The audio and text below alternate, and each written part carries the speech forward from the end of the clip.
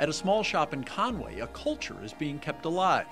This is Ultimate Gullah, and in addition to being a money-making venture, it is also an attempt to educate the public in the ways of Gullah people. Ultimate Gullah is an idea that came about 10 years ago. Wanted to draw attention to the Gullah culture in areas that were not the traditional places. Gullah people live primarily among the Sea Islands from North Carolina through Georgia. Many of those areas draw vacationers, and the Gullah culture is sometimes positioned as a tourist attraction.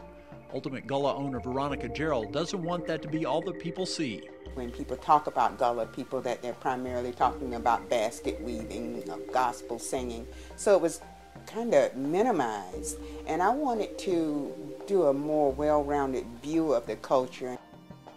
Much of the space in this store is devoted to the type of food that is tradition for Gullah people. Pears and biscuits, kind of like a dessert in a jar. Growing vegetables and then preserving them to eat later has long been the way things are done. Certain recipes like pickled okra and pickled garlic and things that people just aren't doing anymore, watermelon rind. People just don't do those things anymore. Some items might be considered completely foreign to most Americans.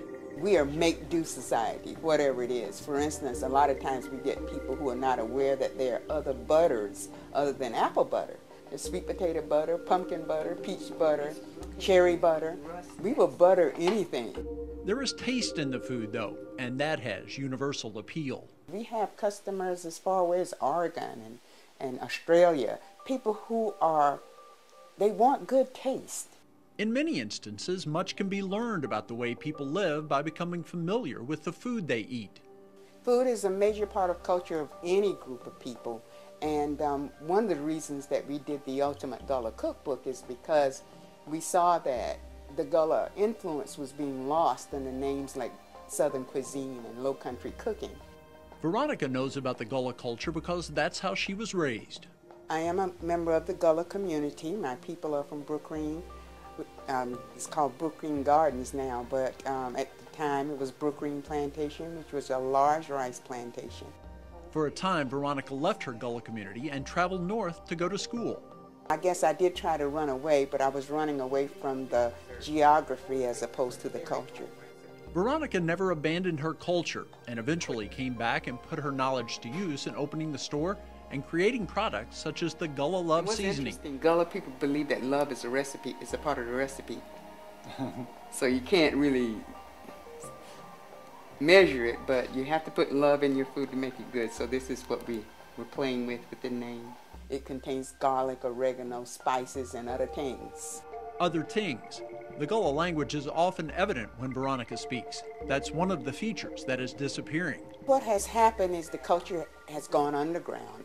We practice the culture among ourselves, but when we go into the mainstream, we tend to assimilate. Veronica still holds on to the language, however, and is eager to keep it from being forgotten.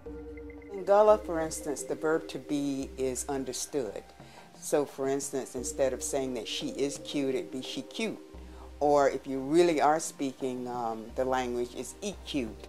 The store even sells a New Testament, translated into Gullah. It took 25 years to translate it. It's the New Testament translated in Gullah. When was it completed? About 2004.